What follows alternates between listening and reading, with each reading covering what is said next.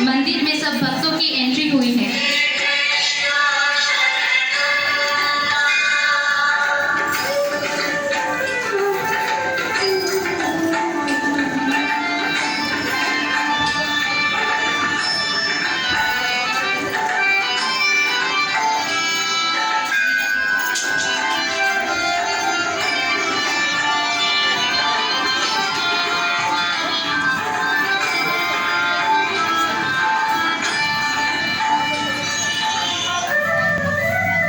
Happy birthday Krishna भगवान।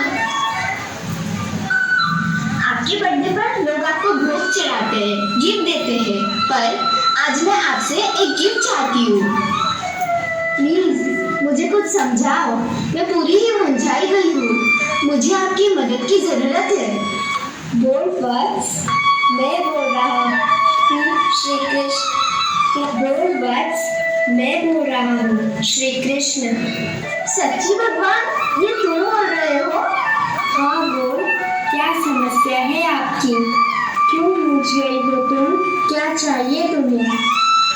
हे कृष्ण भगवान, मैं आपके ऊपर पीएचडी करना चाहती हूँ।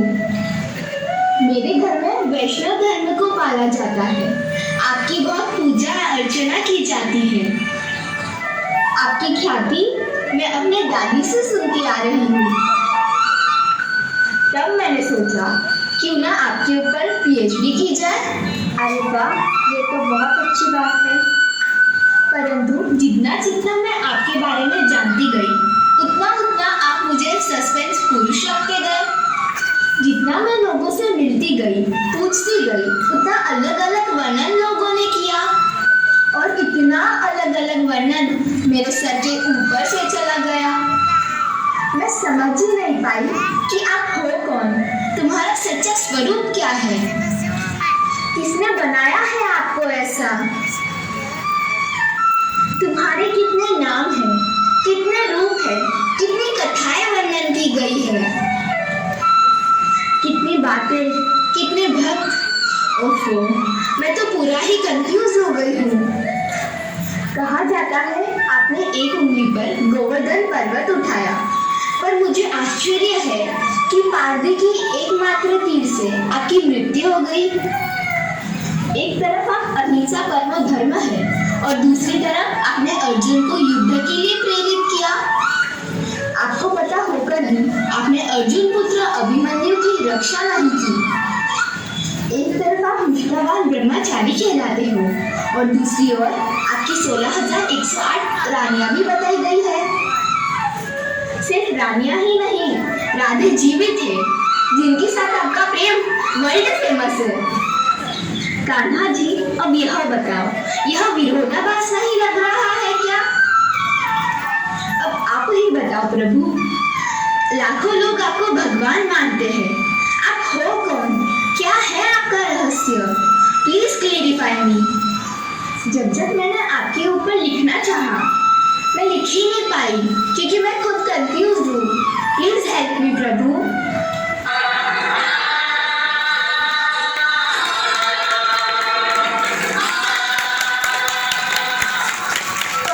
प्रभु आप? हाँ बस, इस मंदिर में ही मेरी जीवन कहानी का वर्णन किया गया है। आओ मेरे साथ, मैं तुम्हें समझाता हूँ। ओह, थैंक यू प्रभु।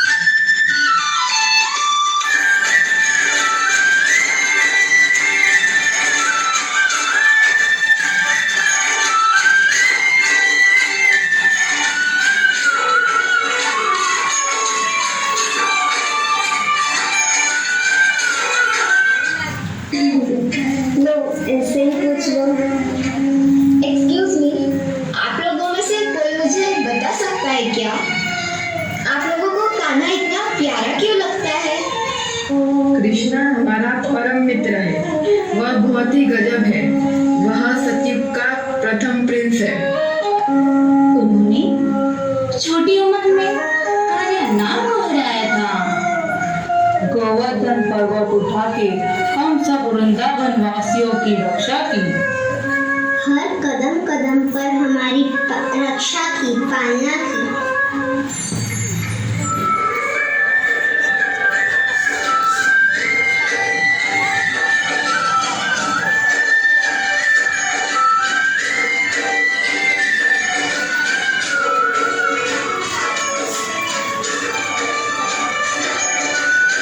तालियां इन नन्हे कुमारों के लिए।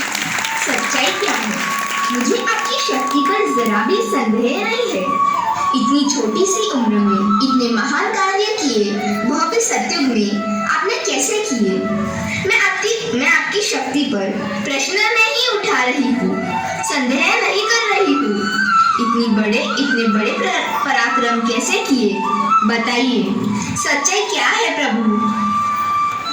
वत्स, गोवर्धन पर्वत उठाना और कालियानाग यह जैसे कोई स्थूल वस्तु है ही नहीं। लोगों ने इसकी सच्चाई को समझा ही नहीं। इन दोनों शब्दों का अर्थ मैं अभी आपको बताता हूँ। सत्य तो यह है, अंतिम युग में जब हिंसा, पापाचार, दुराचार की अति ग्लानि हुई, ऐसे में पृथ्वी का संवर्धन असंभव था। और गोवर्धन इस शब्द का अर्थ ही है पृथ्वी का संवर्धन, पृथ्वी पर रह रहे पशु प्राणियों का सुख शांति अमन से रहना।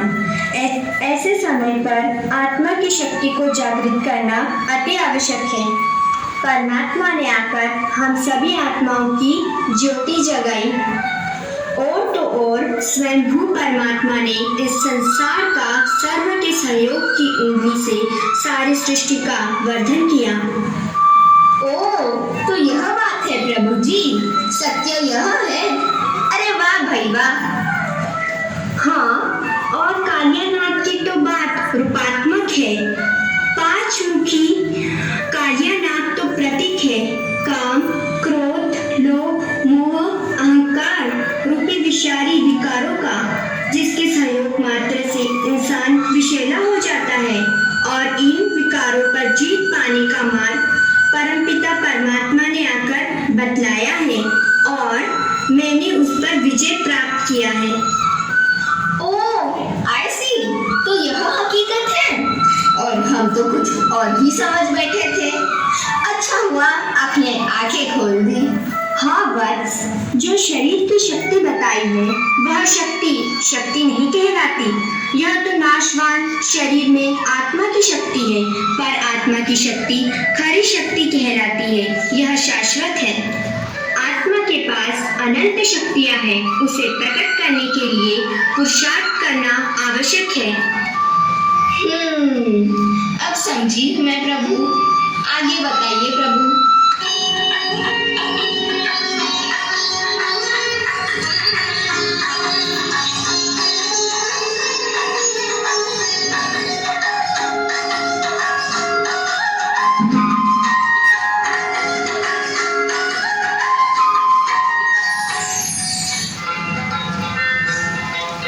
तालियां।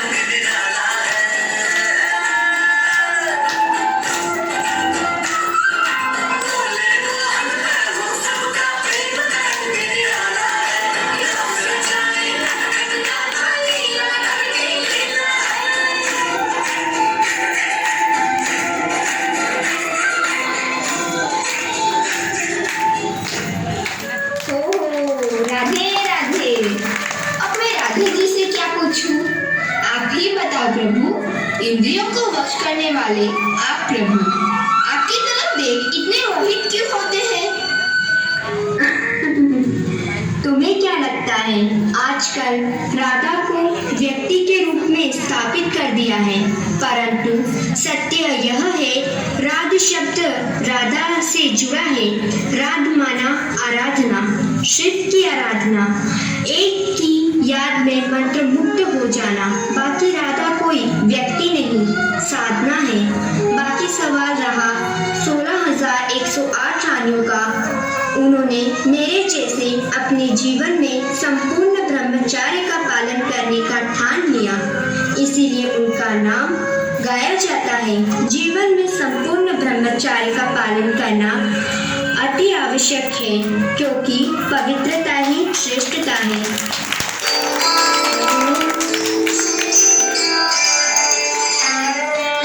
हमारे मीरा जी के लिए जोरदार तालियां हो जाए।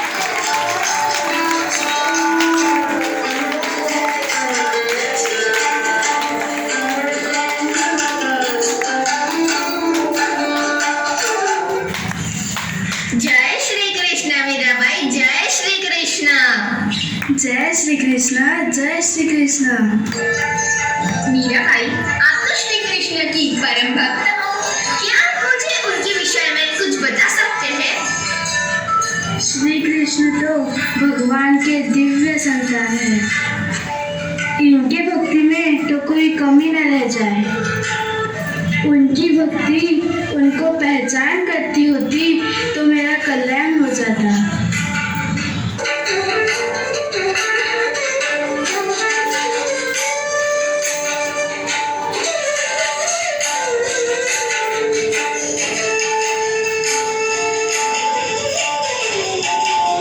हे प्रभु, यह क्या बोली मीराबाई? कुछ समझ में नहीं आया। भक्त अकेला है भगवान के बिना। भगवान का बाहरी रूप जानकर भक्ति अधूरी है। भक्ति भगवान को प्राप्त करने का साधन तो है, परंतु उसके आगे भक्ति का प्रत्यक्ष फल ज्ञान है, और यह ज्ञान मार्ग बड़ा ही सरल और सहज है। यह कैसा मार्ग है? क्या भक्ति और ज्ञान अलग अलग है? भक्ति में भगवान और भक्त दूर दूर होते हैं। भक्त जुदाई में भगवान को पुकारता है, और ज्ञान मार्ग सर्वश्रेष्ठ मार्ग है। ज्ञान मार्ग में भक्त भगवान के करीब आता है। ज्ञान मार्ग बुद्धि को स्वच्छ करता है, मन को निर्मल बनाता है। अच्छा, तो मीराबाई को ज्ञान मार्ग की खबर नहीं थी? आत्मा को जाने बगैर 84 जन्मों की कहानी कोई नहीं जान सकता। हर युग का ज्ञान स्वयं परम पिता परमात्मा ब्रह्मा तन में अवतरित होकर देते हैं, और मीराबाई की भक्ति द्वापर युग में गाई हुई है। Wow, it's amazing. अरे हाँ, मैं तो भूल ही गई। सबसे बड़ा पराक्रम तो आपका अर्जुन के साथ था। सब कहते हैं आपने अर्जुन को ज्ञान दिया, साथ दिया, जिसकी वजह से अर्जुन ने महाभारत में विजय प्राप्त किया। मुझे जानना है, कौन से ज्ञान से ऐसा प्रारब्ध प्राप्त होता है? जरूर, मैं तुम्हें उसी भूमि पे लेकर जाता हूँ जहाँ मैंने अर्जुन को ज्ञान दिया। खुद ही देख लो।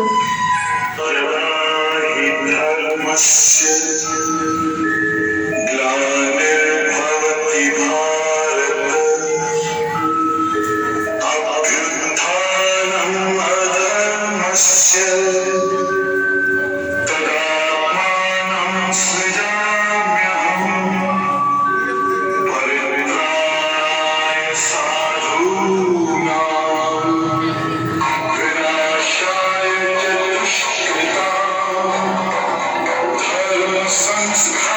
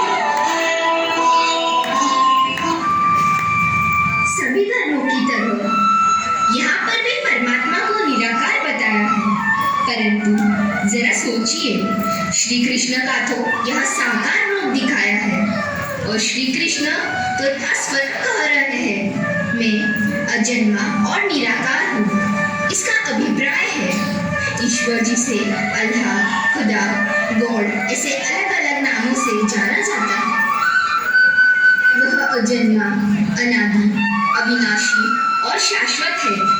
अर्थात परमात्मा माता पिता के द्वारा जन्म नहीं लेते और ना ही प्रकृति के अधीन होते, अपितु प्रकृति को अधीन कर परकाया प्रवेश करते हैं। परमात्मा निराकार है और अजन्मा है, तो इनका ध्यान कैसे करें? कान्हा जी जरा समझाइए, जरा स्पष्ट कीजिए। हे पार्थ, ज्ञान यज्ञ अत्यंत श्रेष्ठ है, क्योंकि मानव का सर्वोच्च कल्याण ज्ञान की शक्ति से ही हो सकता है। ज्ञान के द्वारा ही मानव की भगवान में सही स्वरूप का ज्ञान होता है। मैं जिस योग की शिक्षा तुम्हें प्रदान कर रहा हूँ, सबसे पहले कल्प के आदि मैंने यही योग अपनाया था, परंतु बहुत समय से यह योग इस लोक से लुप्त हो गया। आज यही पुरातन योग मैंने तुमसे कहा है। मुझे संपूर्ण साधना की एक ही शर्त है, मुझ में मन लगाएं, मेरा ध्यान लगाएं। हे केशव, इस संबंध में एक विचार और है। आपका ध्यान लगाते समय मन में सिर्फ आपकी ध्यान रहे, याद रहे, इसका कोई तरीका तो होगा ना? संसार का कोई भी विचार बाधा ना डाले, इसके लिए क्या करें? हाँ, एक आसान तरीका तो है, परंतु वह कोई विधि नहीं है, बल्कि एक गुण है। योग एक कला है, जिसे ध्यान लगाने में बड़ी सहायता होती है। वह आसान तरीका, वह योगिक कला क्या है मधुसूदन? सुनो अर्जुन, संसार के झमेले से बचने के लिए मनुष्य एकांत में बैठकर मन को प्रभु के ध्यान में लगाए। आत्मा का स्मरण ही प्रभु से मिलने का प्रथम चरण है। हे योगेश्वर, ध्यान लगाने का अंतिम उद्देश्य क्या है? योग का उद्देश्य परमात्मा से संपर्क करने का होता है, परंतु इसके प्रथम चरण में मनुष्य को आत्मा शुद्धि प्राप्त होती है।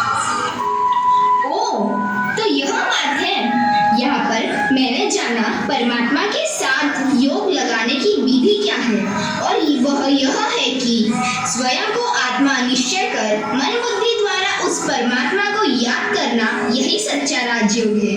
इस राजयोग द्वारा ही आत्मा शुद्धि, परमात्मा से सर्वशक्ति की प्राप्ति और जीवन में दिव्य गुणों का विकास होता है।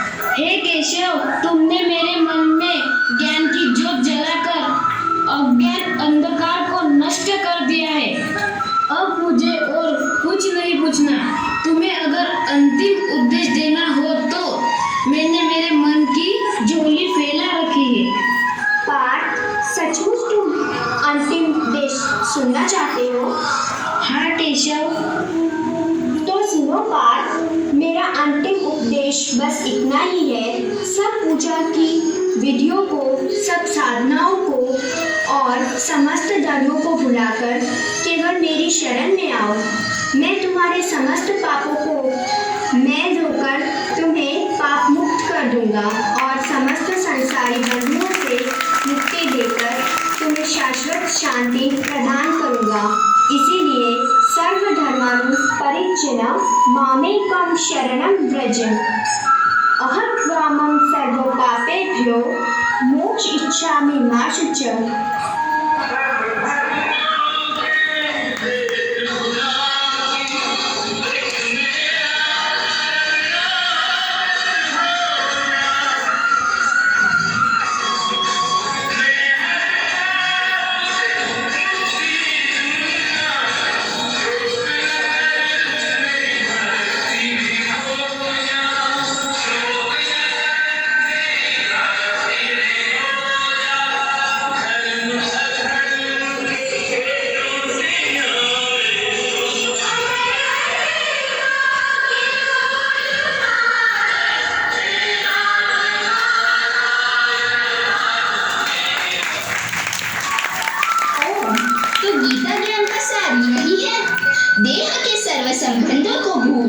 मन को एक परमात्मा ने लगाए।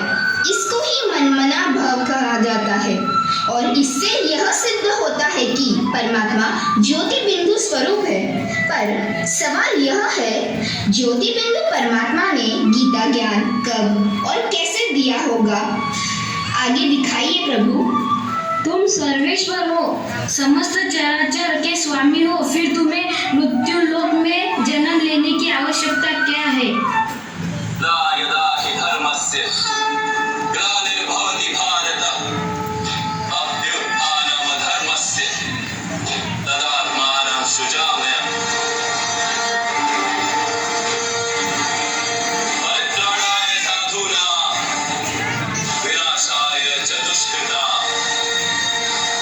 धर्म संस्थापनार्थाय संभवामि युगे युगे।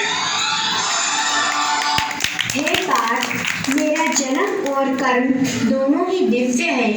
मेरे दिव्य और अलौकिक स्वरूप को ज्ञानी मनुष्य जानते हैं, परंतु हे अर्जुन, ऐसा महात्मा अति दुर्लभ है। अच्छा, तो परमात्मा को दिव्य कर्तव्य करने के लिए अलौकिक जन्म लेना पड़ता है, पर काया प्रवेश करना पड़ता है। परमात्मा आकर 3 अलौकिक कर्तव्य करते हैं: साधुओं का उद्धार, अधर्म का विनाश और सत्य धर्म की स्थापना, अर्थात आदि सनातन देवी देवता धर्म की स्थापना। जरा सोचिए, वह ऐसा कौन सा समय होगा जब धर्म की अति ग्लानि होती है? अवश्य ही वह कलयुग के अंत और सत्य आदि के बीच का समय संगम युग ही होगा। परमात्मा हर कल्प के संगम युगे इस धरा पर अवतरित होते हैं। इतना गुह्य रहस्य आज मुझे पता चला है। मानो आज गीता ज्ञान पर मैंने PhD कर ली।